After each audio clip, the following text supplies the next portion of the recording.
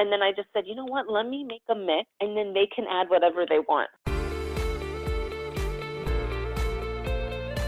Welcome to My Empower Project with your host, Erin Rowe. We will discuss nutrition, fitness, becoming your own boss, and just becoming better every day. I invite you to join My Empower Project as we embark, embrace, encompass, and enlighten. Today, let's welcome Deana to My Empower Project. She is the creator, founder, and owner of Good D's. She created my favorite healthy brownies amongst other desserts, and I'll let her tell you more. Hi, Deana. Hi. Did your business really just begin with cookies? It really did. In my family, my father's an entrepreneur. My sister was an entrepreneur and still is. It was just funny, when they tried to explain to people what I did, and they said I made cookies. I was like, it's not really that I made cookies, but, even today I was getting my hair done, and he goes, oh, because you're the one who does cookies? I was like, well, I mean, they're baking mixes, but yeah, cookies. So, yes, I really did start with cookies because there's something about a chocolate chip cookie. It's just a beautiful thing.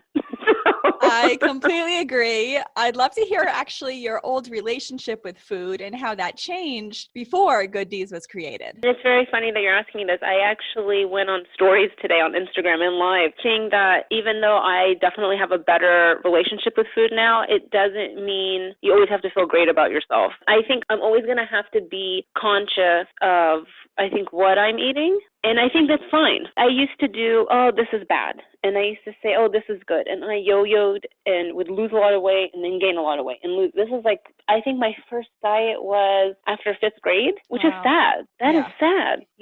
What a life. It's almost like, I would hide how much I love food because I do. I clearly have a food company. And old me wasn't as, even secure or understood how food can be just so good for you and delicious and also have memories. Food can be so many things. The old me would have never even taken this chance to have a food company because no matter how much I lost, I would always have this kind of distorted image of myself. I used to think, well, no, why would I have a food company? Because no, everyone will be like, well, and like a healthy food company, if you will, because I just thought no matter my size, someone would see me and be like, well, why would I buy from her? And that's sad. Right. That could be something that would have stopped me. And now my relationship with food is which I think is a success. It's just so different. I think food is food. And it can be for memory's sake and very nostalgic. I think it's just plain delicious. And I've said this before, I love going to grocery stores. I love going through the produce aisles. I can literally spend 2 hours I've gone babysitters before just so I can go to the grocery store by myself. It is beautiful. And so I think it is something that I now speak about in a way where I'm like, yeah, I love food. And I don't have that feeling in the back of my head, kind of like that voice, like, well, don't talk about how much you love food. I'm like, no, I love food. And I know now what works for me and what doesn't. And I think that really helps you. I think when you assume everything will work for you and then you're so hard on yourself when it doesn't, or when you restrict, and then when you finally, maybe overeat or binge, and again, you're just so hard on yourself. You just assume that you have these tools to figure it out. So I'm now at the stage where food can be just food for me. I don't really look at it anymore as this is bad food or good food. I do look at it as this delicious and is this not delicious? And I also know that 80 to 90% of the time I'm eating what makes my body feel good, and I'm more thinking about, do I feel good after I eat this? And there's some food that quote unquote is nutritious or has nutritional value that someone would be like, yeah, it's good, but does it work for my body? No, probably not. I love cauliflower, but it doesn't work well with me. I just don't feel well after it. It's just a very great feeling to feel in tune with your body. I used to have the mentality that let me just eat this today and then tomorrow I'm going to start fresh.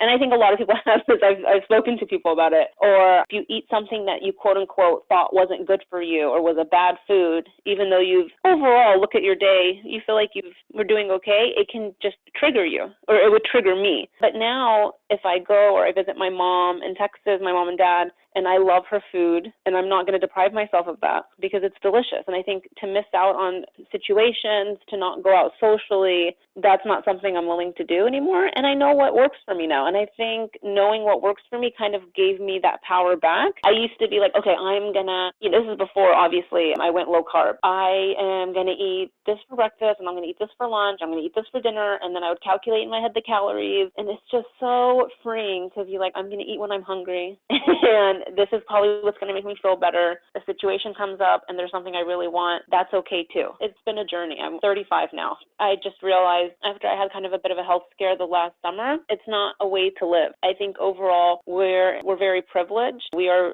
part of the community and we have internet and we're able to choose food that we want to eat because we have either certain goals or because of how we feel. I just always have to put into the perspective of there's some people who don't even have that option. So it's a luxury to have that option. And I think when I thought of it that way, that kind of also, I don't know, it shifted my mindset. I'm nodding my head over here because it does take time to figure out how to pay attention to what makes you feel good and have that intuition and to switch your mind from this is good and this is bad. So I definitely like that you shared that. And when you travel, you shouldn't feel guilty if you're eating food that you love because it's part of life. We're human. But being smart about what makes me feel good, if cauliflower doesn't work for you, there's not a one size fits all thing for everyone. Like I can't eat quinoa. I just can't eat it. I can't either. No.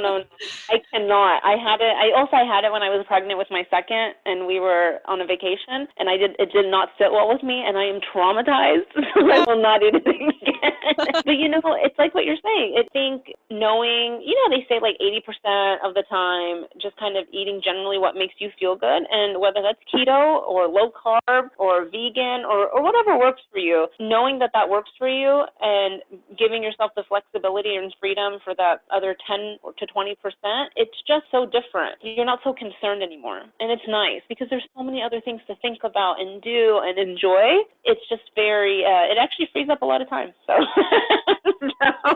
It's funny you said that. There's a fine line between being fully committed to your health, which I do suggest, but then the more you think about it, it kind of becomes like too much pressure, kind of like don't look up or don't hit your nose, and then you like have to. So I think if you pay that much attention, for some people it's good in the beginning to track, to learn, but it becomes like an all-consuming thing. And then their whole mindset's like diet, good or bad. So you were doing low carb. And then how did you initially start making the baking mixes? I just want to point out something that you just said that was so accurate. I think when we go into something saying diet, it's so different than, and I think this is why this lifestyle works for me, is because I went in saying, this is my lifestyle, this is my comfort zone, this is what works for me, I'm comfortable here. And with any kind of lifestyle, you're going to deviate a little bit here and a little bit there for special occasions or what have you. But having that sense that this is not a diet, this is just what works for me, is probably one of the main things that helped me get a bit of food freedom. So sorry, I thought what you said was so spot on. Okay. No problem. When you have the right mindset, deviating doesn't turn to guilt. It's just like, oh, the wedding food was amazing. It's a new day. I'm not mad about yesterday. It's a new day. Yes. I used to, like, before keto and low carb, because I was trying to find out what worked for me. I used to go and, like, work out until I didn't feel great or not eat as many calories the next day because that's what I thought I should do. And I'm like, why am I punishing? Yeah, just not having a punishment, I think, is freeing enough. So, yes, so you are 100% right. I think just seeing what's good for you and what's healthy for you and just kind of generally staying on that path is really enough. It really is, So I agree with you 100%. I will jump to the next question, which is how did I get started? So I went low carb in 2013. I had been low carb before and it worked for me, but you know how long time, when you first start low carb and you're like, I can't not eat bread. Right. That's, you know what I mean? And now I'm just like, it's not a big deal. And I mean, I made a bread mix, so I'm fine. I think what happened was I love to cook and I love to bake, and I was feeling so good. I was like, well, you know what? I still want to have something sweet. So I started researching, and it was all these ingredients that were really hard to use. They're really fickle. I started experimenting in the kitchen, making chocolate chip cookies, because I really like I told you, I really wanted a chocolate chip cookie. I don't know why I was fixated on this. I really wanted one. And I originally was going to have a ready-to-eat cookie. And I did the research, and I was getting it prepared. And I even would give out samples, and I packed them, and I had a name. I kept agonizing over, should I do coconut oil or butter? And I was like, but some people are dairy-free. And then I would talk to other people, and I'm like, some people don't like coconut, the taste of coconut. And then I just said, you know what, let me make a mix, and then they can add whatever they want. I finally finalized it. It was originally with almond flour, because you can't make it in your house in New York. The only co-packer I could find that would do such a small run for me as a new company was nut-free. And they said, why don't you try sunflower seed? I was like, okay. And so I did. And that's how it happened. And I released it in October 2015. I did it 3 days before my 31st birthday because I had a personal goal of starting a business while I was 30. So I did. Oh my God, I did too. That's so funny. Oh my God, I don't know why. I was like, I have to do it. And so by that point, I had already been in the community online of the OGs from 2013. A month later, I found out I was pregnant with my second. I actually started going low carb after I had Ibby, my now 7-year-old. He was 8 months. I broke my toe. Just was I just feel like nothing's working for me. My body had changed. I used to be able to calorie count. It wasn't working anymore. Then I started researching. There was Ducon and Atkins, and then I kept seeing keto. And this is way back, right? This is 7 years ago at this point. And I was like, keto? What's keto? And so I researched. I was like, I'm going to give this a go. And it was amazing. It just clicked with me. It was crazy. And so that's how that happened. And then I started finding out about erythritol and all these different flours and coconut flour and almond flour and sunflower seed flour. And I became obsessed, really obsessed. Then I launched it. Then I got pregnant with Gus months later. And I was still working at this point as well. So I had Ibby, who was 3 at the time, launched it, got pregnant, was still working my other job in digital marketing. And then I got let go when I was 8 months pregnant. And I had just launched the Brownie mix. I was in the hospital in Texas because I gave birth in Texas to be with my family. And even though I live in New York, I'm originally Texan. I was recovering from my C-section. I was just on my phone, when you're just kind of hanging out in the hospital room. My husband was there. And I go, oh my God. He goes, what? I go, my Brownie mix hit #1 on Amazon. He goes, no. I go, oh, I'm healing from a C-section. I just remember being oh my God, I can't believe it. And then we looked at each other, and I still remember. He goes, okay, are you going to go back to market? What do you want to do? I was like, what do you think I should do? We're just discussing it. And he goes, okay, well, I think this is your time. You either go all in or not. So at this point, I was working and pregnant and had Ibby and doing Good Deeds at the same time. So this was my chance. I had already been let go from the other job, and he was like, this is your chance. Just go all in. And I did. And that was in 2016 of August. And I haven't really looked back since. And it's been crazy. That's amazing. And such a busy time. I actually always suggest everybody should start some type of business. I just know it takes a lot of work, but most business owners say the hard work up front is worth it. What was the hardest part for you creating the company? There's a lot of hard parts. I didn't have a budget. It really was me just putting in $5,000 worth of savings. Since then, I haven't had any investors or anything. It was just constantly reinvesting. I didn't actually pay myself for almost 2 years. So being on a budget in New York City is really hard. I was very fortunate. I have my husband. But, we have 2 kids. I still remember the days of packing my own orders and putting them under the stroller and pushing Gus and to drop him off at the post office and then going and getting Ibby from pre-K and then walking back because it didn't make sense to take a car and it's really expensive to take an Uber or a taxi. And I remember that really distinctly. And I was sleep deprived and breastfeeding. It was just so much.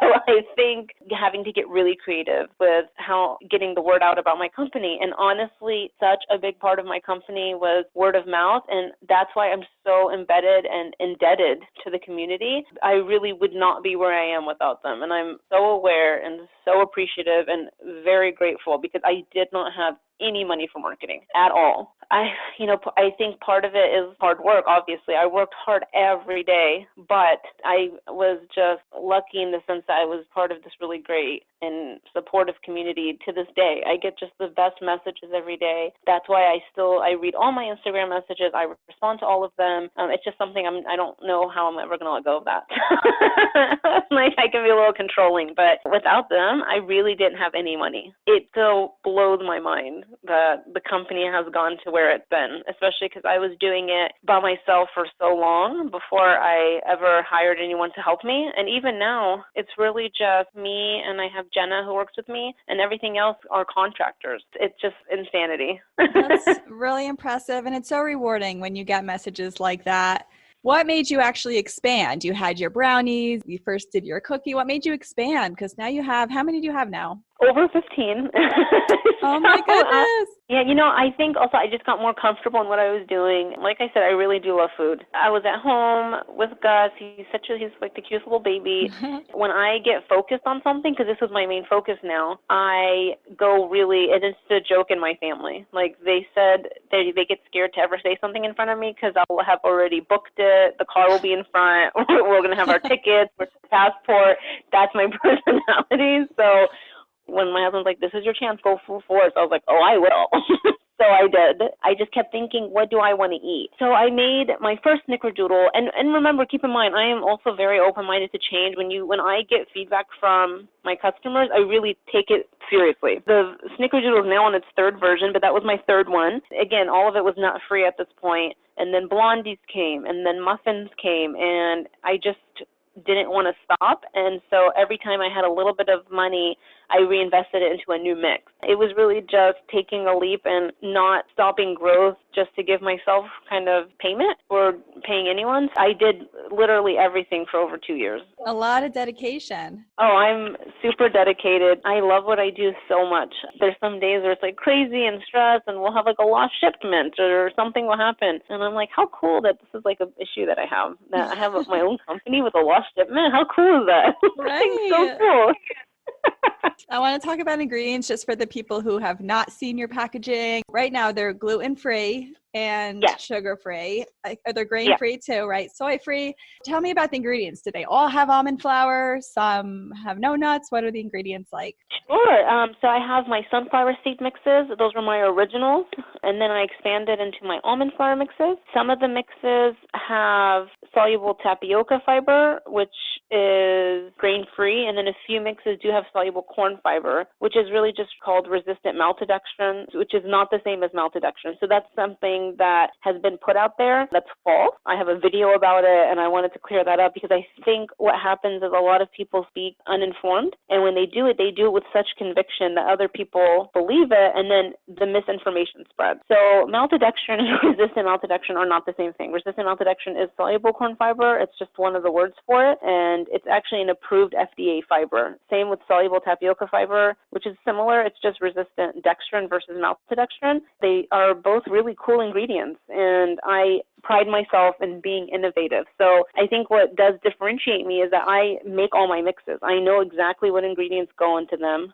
I made it myself. If I get enough feedback on something, for instance, some of the mixes did have prebiotic soluble fiber for a while because that's what I had. And then in 2018, the FDA changed the ruling that it wasn't going to be considered 100% fiber. I had until next year, actually next January, to change all the mixes, but I finished it earlier, and now I've been slowly re-releasing all the new formulas without having the quote-unquote the IMO in it. I'm very familiar with everything because I'm the one working with everything. My carrot cake has watermelon seed flour, which was really cool to use. That was exciting.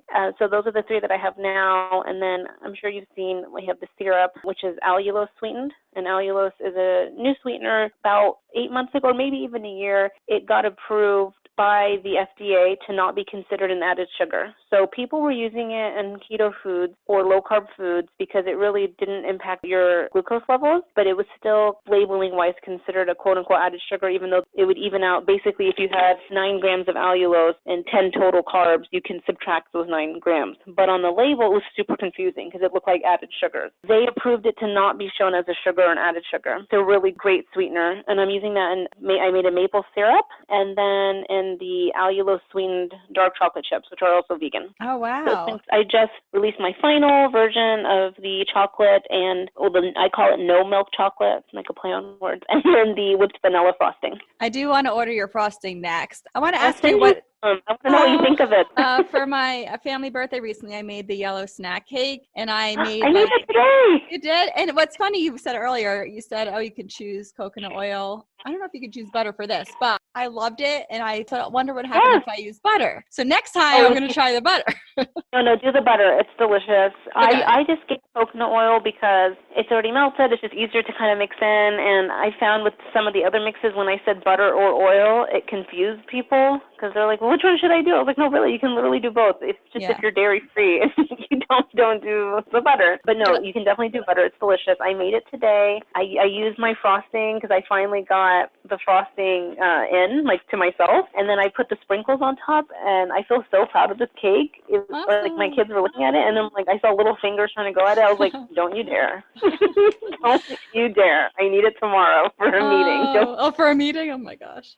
Yeah, I made my own frosting, and I was looking up like a healthy one from one of my cookbooks. So I would love to try your frosting. What's the process for like when you were perfecting it? Did you have to measure and make like 10 different versions? Or everything. Really? Oh my God, I have about, I think now I have 5 different scales, and this goes for both mixes and frosting and syrup and all of it. I have all these different scales. You can't really use measurements anymore, like half a cup of that went out the window. Right. When I do it and I start getting closer to what I want, I have everything written down. I handwrite everything. I don't know why pen to paper just really resonates with me. I'm very old school. Then I start the testing, and the testing, I will test it so many times. So by the time the mix comes out, I'm just like, I can't look at it for a while because it's delicious, but I ate it so much. I'm really, really meticulous. I will test it dozens of times for sure, and I usually give it away at that point because a lot of the stuff I make my sister really likes, and she lives in New York with me, so that's super helpful. I will then give it to my co-packer. They'll give me the sample of how it would be if it was run, like on a run, and then I test it. And then what I do is I try to undermine some of the, like go under some of the ingredient amounts, like the wet ingredients, or go over. I want to make it as foolproof as possible. So let's say someone accidentally does a little bit more than a third of a cup, or they only have 2 eggs, or, are they using large eggs? Are they using medium eggs? And so that's what I start doing. I just try to make it as foolproof as possible, and they really are. So that was my main goal. I wanted something that tasted good ingredients, but I knew it needed to be easy. So my whole thing is I usually don't want you to add more than 2 ingredients, which is usually eggs and butter or eggs and coconut oil. And I want it to be one bowl because I hate when they tell me I have to mix like butter with sweetener. I'm like, I don't want to. And I'm traumatized. I actually cut my finger doing that. I used a hand blender when I was doing my cookie testing, and I was like, because I thought I was going to have a ready-to-eat cookie. And my finger got stuck in the hand blender, and I had to have surgery. Oh, yeah. Ever since then, I was like, no one really wants to blend the butter with the sweetener. No one does. I would be surprised if you do. It needs to be one bowl. It needs to be foolproof. It needs to be under 10 minutes, and that's it. Like 3 minutes to put together and then put it in the oven. And now I just realized even today when I was making everything, I was like, yeah, it really is easy. It's not hard. And I think it can be intimidating when you start a lifestyle. And it's not just keto, right? It can be if they are low carb, if they're diabetic, if they're just trying to be sugar conscious, or if you're just gluten-free. It's a lot to take in. And actually, I wouldn't even know how to bake anymore with real flour. But okay. I mean, I don't know how to use the ingredients I used to be able to use, which, that's fine by me. But it needed to be easy because when I was doing all this, I was like, this is not easy. People are spending so much money. These ingredients are not cheap ingredients, by the way. To do trial and error at home, if you're not maybe experienced, it's costly. It is. So It really is. I really do try to use the best ingredients that I can find. I'm really picky about who I work with, the vendors that I have for the ingredients that I'm using. I'd rather pay more and just have a better product because it's worth it to me. It's not like I have these giant margins. I don't. It's really about the product to me. I won't release something I'm not proud of. And if I release something and I was proud of it at the moment, but I've evolved, which has happened now multiple times, I'll change it. I mean, I've just changed 7 mixes. That's okay because I'm not always going to be right. And I think when you stop evolving, you stop growing. I like that. When you stop evolving, you stop growing. Oh, for sure. I think it's easy to be complacent, but you can only keep throwing money at marketing for so long. If it's overwhelming where you're not listening to your customers, those are the brands that usually fail. It's just detrimental and it's not worth it. And what about getting them ready for purchase? Do you have to get approval or just like an inspection and you're good to go? Is that one of the long phases before No, release? so basically to get it ready to sell, like that would be like for the co-packer, the co-manufacturer that I use. Oh, okay. That they already have all, and by the way, anyone who's starting any kind of food business, be very particular with who you work with. Be very particular, make sure they have all their certifications, research until you can't research anymore. That's all. Like for everything with your product. Like I've talked to so many labs for nutritional information. Like what do you do? Are you in the nutritional field? I was like, no. I've analyzed nutritional labels, or I've gotten them back from labs, and they weren't right. I was like, that can't be right. And they're like, oh, sorry, you're right. And they go, wow, why are you're reading it really intensely? Like, is this your field? I was like, kind of. Like, I'm not a nutritionist by any stretch of the imagination, but I know what that label should look like because I do my own calculations at home before I even send it to the lab. You can't just go in and trust that someone else is going to do it for you and it's going to be right. Your eyes always have to be on everything. And when you get a little lazy, that's where mistakes happen. And that's why I like supporting companies like yours. Right now, I'm a fitness advisor, but I did sell physical products on Amazon and I had a Shopify store. So I have like a touch of the e-commerce way in dealing with manufacturers. So I did that about 2 years ago. So where do you sell your mixes? You have them on Amazon as well, right? I do. I'm lucky. I'm pretty successful on Amazon. I have my site. I'm in a few small stores. Hopefully we'll be expanding. I'm on Amazon Canada, Amazon UK. For Canada, my main store is Switch Grocery. So I am, Neha at Switch Grocery is a fellow female entrepreneur. She's amazing. And we've really grown together, and it's been really great. So I'm there. I'm in Puerto Rico, and I actually have an event. I'm in Dominican, and I'll be expanding to Mexico soon. It's very exciting. Congratulations. But hold on. So you sold actual things on Amazon and on Shopify? I did. More so Amazon, because that's what I put most of my time into. Amazon, I loved it. I learned so much. Yes.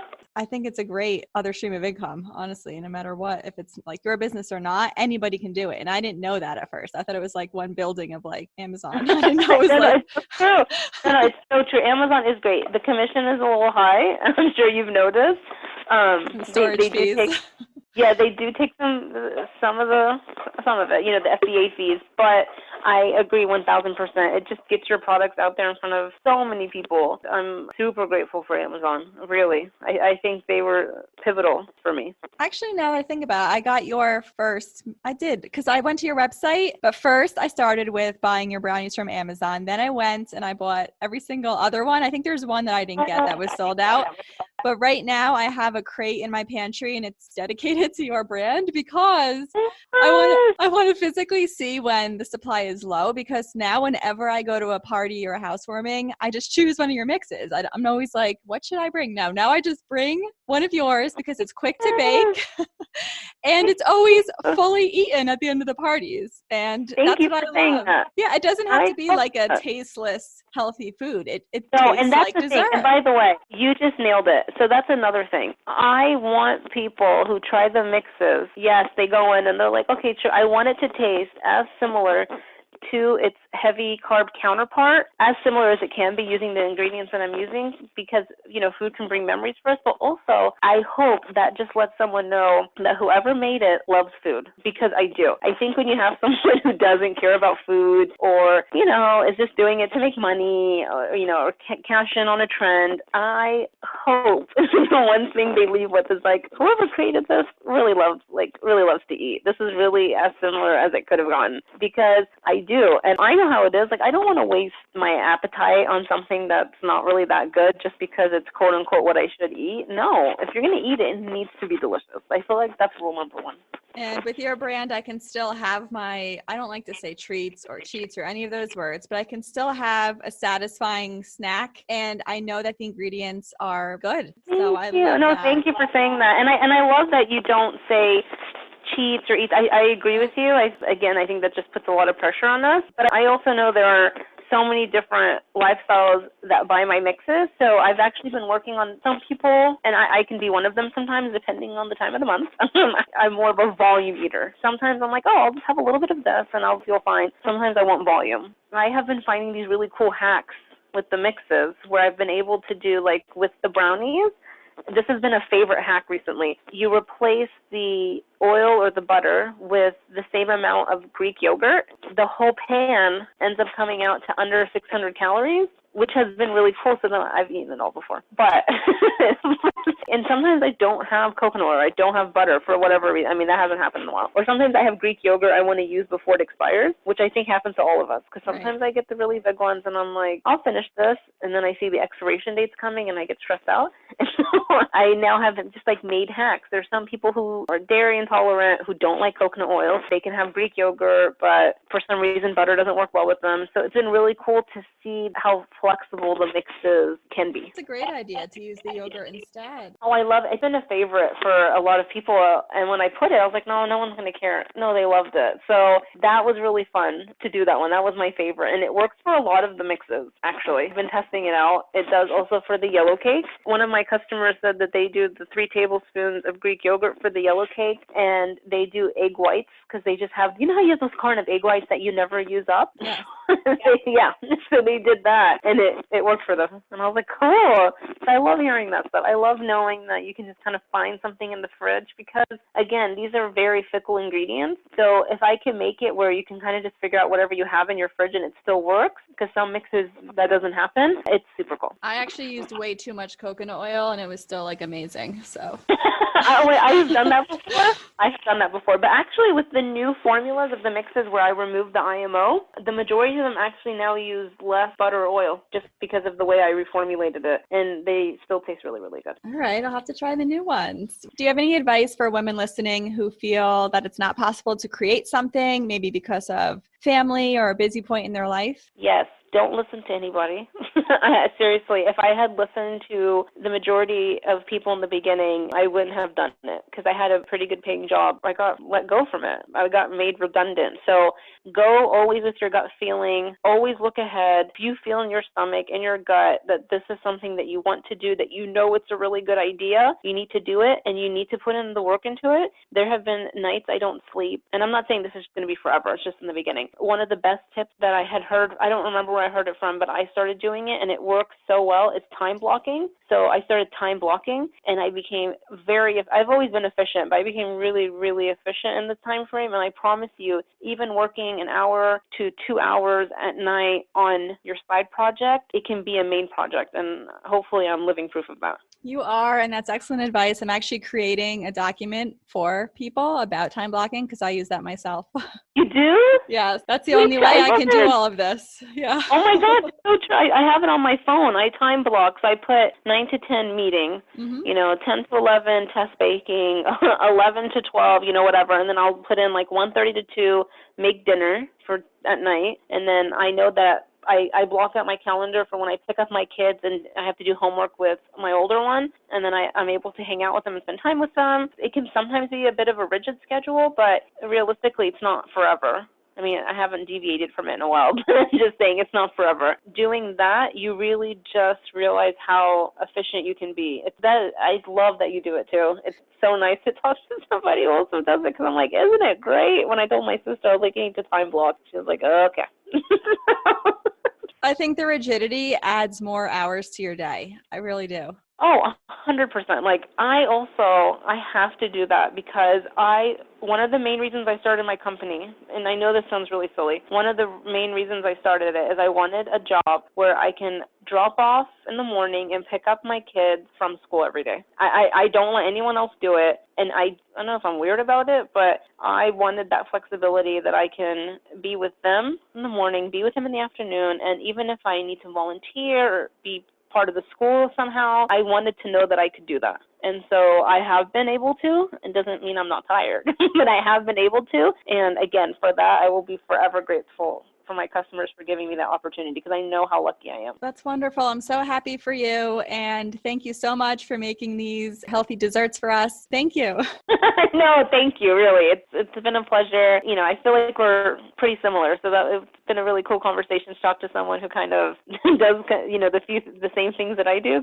sometimes I don't even say that I time block because I'm sure someone will be like, Yes. Well, between my healthy eating and that, people think I'm like high maintenance. I'm like, no, I just like have learned what works for me.